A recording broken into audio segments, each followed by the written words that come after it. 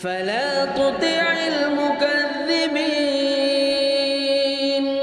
ودوا لو تدهن فيدهنون.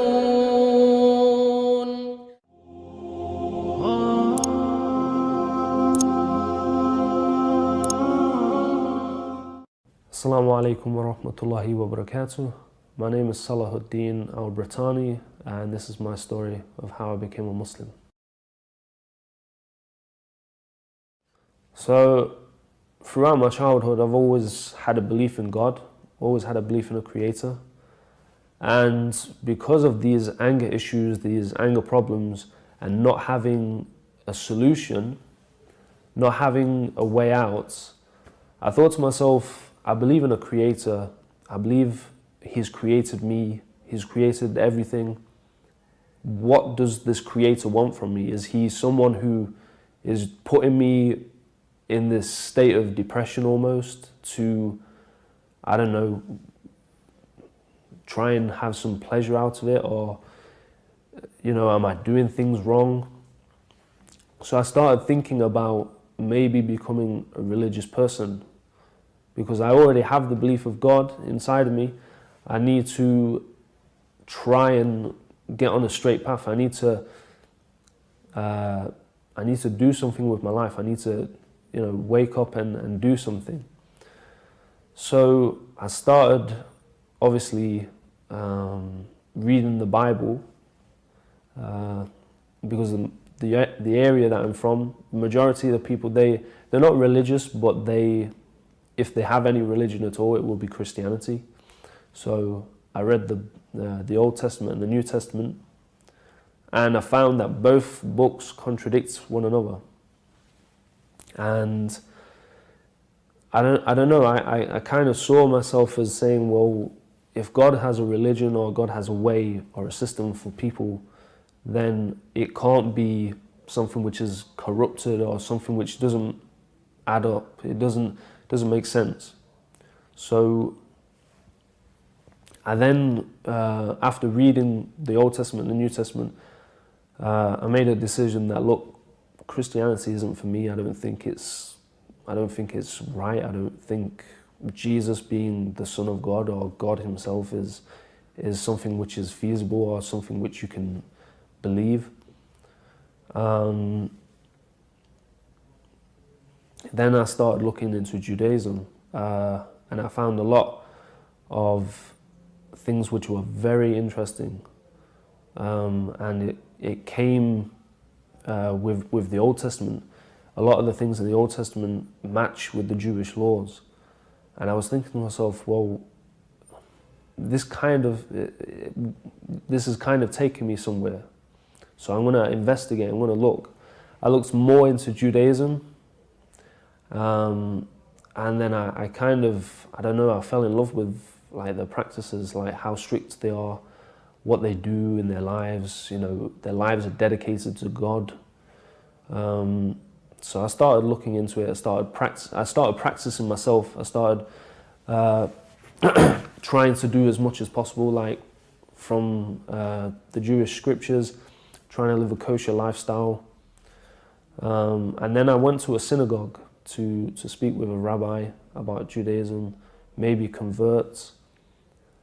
And then I had like a discussion with him, with the rabbi, and you know, it seemed like he was trying to put me off, like, this religion's not for you. I don't think, you know, even if you were to convert, you won't be seen as a real Jew because you're not born into the Jewish faith.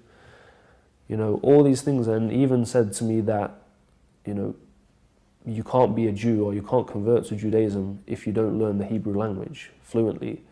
I was like, well, what about if I die in this state whilst I'm trying to learn? You know, what's going to happen? Because I always had in my mind that if I die, I'm going to die in a way which is not pleasing to the one that made me. So what do? And then after that, I was still persistent. I let my guard down a bit with practicing it. Like I kind of fell off it a bit, but I still had that belief that I wanted to become a Jew. And because in Nottingham there's only like, I don't know, 1 or 2 synagogues, one which is orthodox and the other which is not that practicing, or they bit more moderate sort of thing. So I don't know, I kind of like I'm kind of like shocked that he's saying this to me. You know, he's trying to put me off the religion of God. I'm like, how can you be religious? How can you be someone who has good, or believe you have the correct way, but you don't want to correct others? So obviously I just typed in on Google randomly, where's the fastest growing religion in the world? It came up with Islam. And at this point I'm saying to myself, why is Islam the fastest growing religion?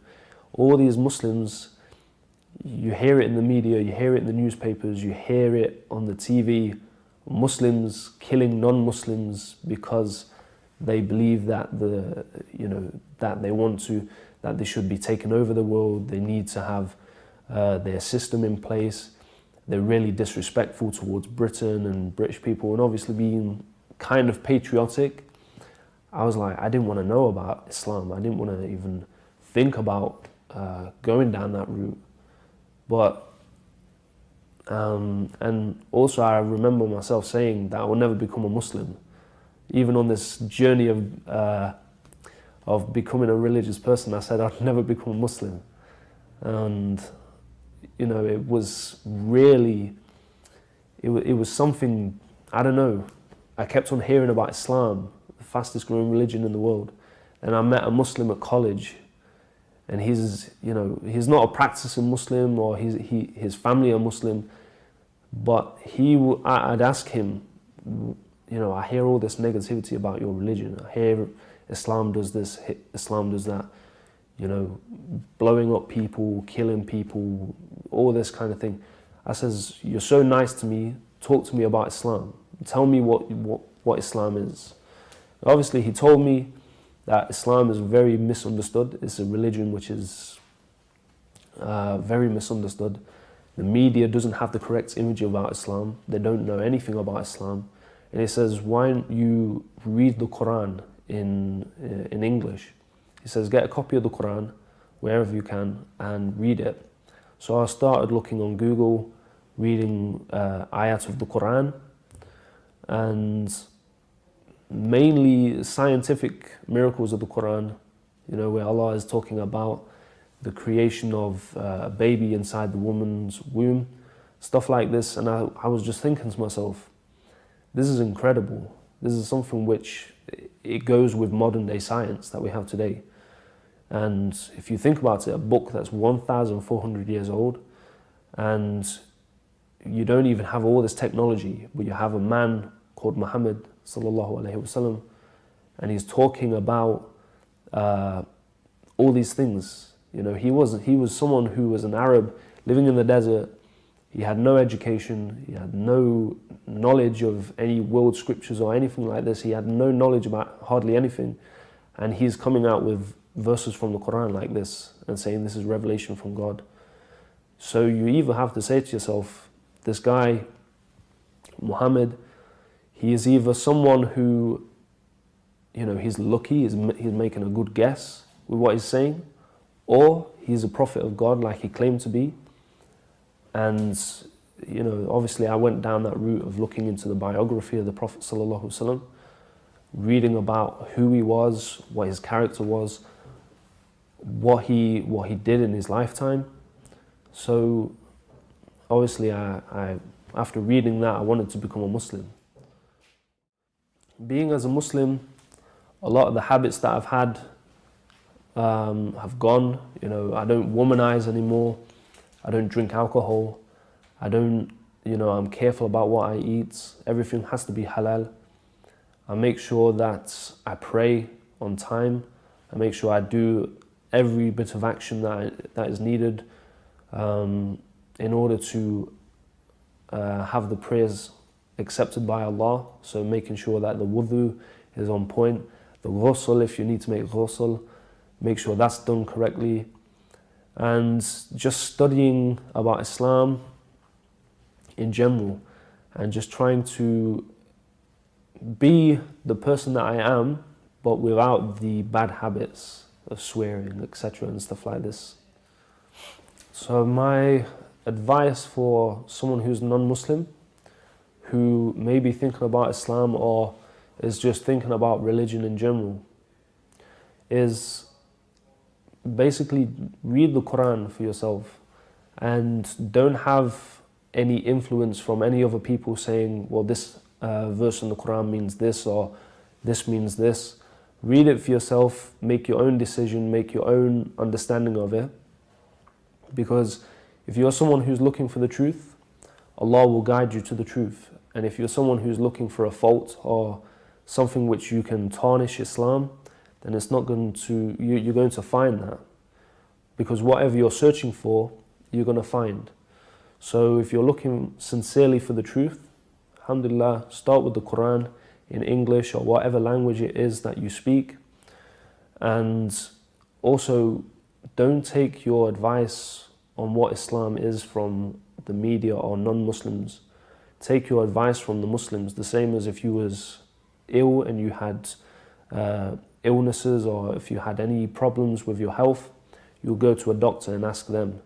The same way you come to the Muslims to understand about Islam, and inshallah Allah will guide you to Islam.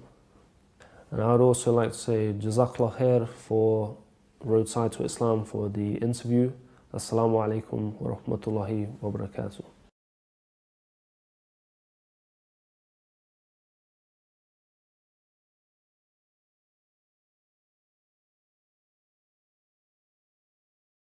ولا تطع كل حلاف مهين هماز مشاء بنميم